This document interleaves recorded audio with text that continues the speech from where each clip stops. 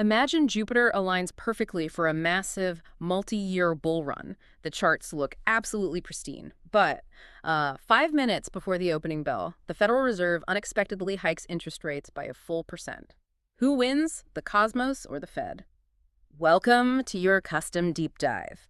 Today, our mission is unpacking Lesson 10 from a fascinating text called Margin of Error and Risk.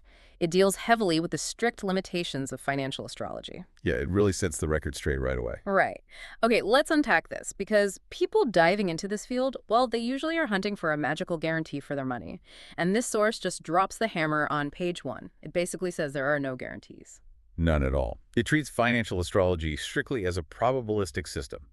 I mean, if you approach a transit expecting this fixed, unalterable destiny for your portfolio, the text argues you are fundamentally misinterpreting how the discipline works. So it's not a crystal ball. Right, exactly. It deals in underlying currents and likelihoods. It's mapping out macro-level sentiment rather than, pinpointing exact daily price action. So the planetary alignments might map out a strong current, but we are still navigating through a physical market with sudden roadblocks. That is a great way to put it, yeah. It's like navigating a road trip by looking at the stars. The constellations can tell you where north is, and they keep you generally on track. But I mean, if a deer jumps out in front of your headlights, you still have to slam on the brakes. Yeah, the cosmic map doesn't eliminate immediate physical hazards. Right. And that actually captures the core thesis of Lesson 10 perfectly. Right. The text outlines specific mechanisms where that deer in the headlights just completely hijacks the market's trajectory. Like, what kind of mechanisms are we talking about here? Well, what's fascinating here is how it highlights massive earthly overrides. We're talking about central bank decisions, sudden geopolitical crises, and unexpected economic data drops. Oh, wow. Yeah, when those happen, the gravity of the immediate crisis vastly outweighs the probabilistic astrological signal.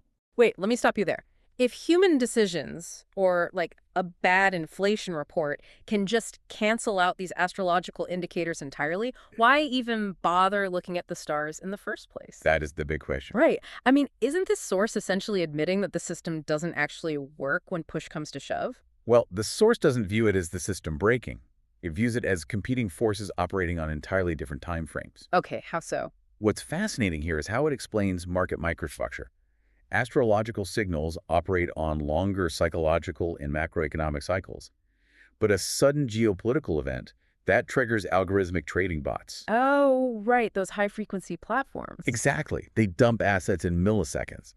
Those algorithms are scanning headlines and data feeds, not natal charts. Yeah, that makes sense. The bots don't care about Saturn. No, they don't. Yeah. So the immediate mechanical panic naturally outpaces the broader cosmic probability in the short term. So human emotion and algorithmic speed basically bottleneck the market. Precisely. The longer-term astrological trend might still be bullish, but if a central bank suddenly hikes rates, that immediate liquidity drain creates a violent undertow. A huge undertow, yeah. And that just drowns out the background cosmic signal. Yeah, and if we connect this to the bigger picture, Lesson 10 is actually a treatise on market psychology as much as it is on astrology. Oh, interesting. Because when unexpected economic data hits, institutional algorithms fire first, creating instant price movement. Then human fear takes over, creating a herd mentality. So fear just overrides everything else. Right. The astrological chart might indicate a period of underlying stability, but fear is this visceral, immediate response. It temporarily severs the market's connection to that broader cycle. It's fascinating that the author specifically singles out central bank decisions and geopolitics. I mean, those are highly concentrated nodes of human power. They really are. A single committee sitting in a closed room can essentially vaporize millions of dollars of market cap, regardless of where Saturn is positioned. And the author argues that recognizing this exact vulnerability is what separates a professional from an amateur. How so? Well, an amateur looks at a bullish transit, assumes it's an invincible shield, and leverages their account to the hilt. Right, going all in based on the stars. Exactly.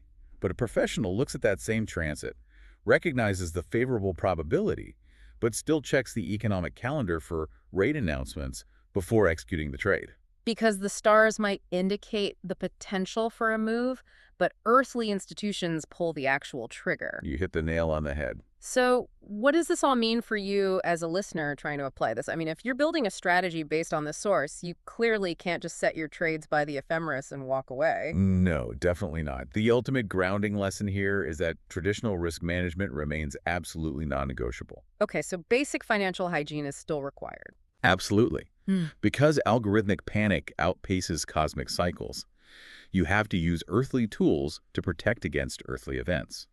The source mandates keeping strict stop losses, maintaining portfolio diversification, and dynamically managing your position sizing. Even when the astrological signals scream a guaranteed win. Especially then. Because the cosmic weather might look perfectly sunny, but you still need an umbrella. A central bank can make it rain whenever they want. That is a perfect way to summarize it. It leaves you with a pretty wild concept to mull over.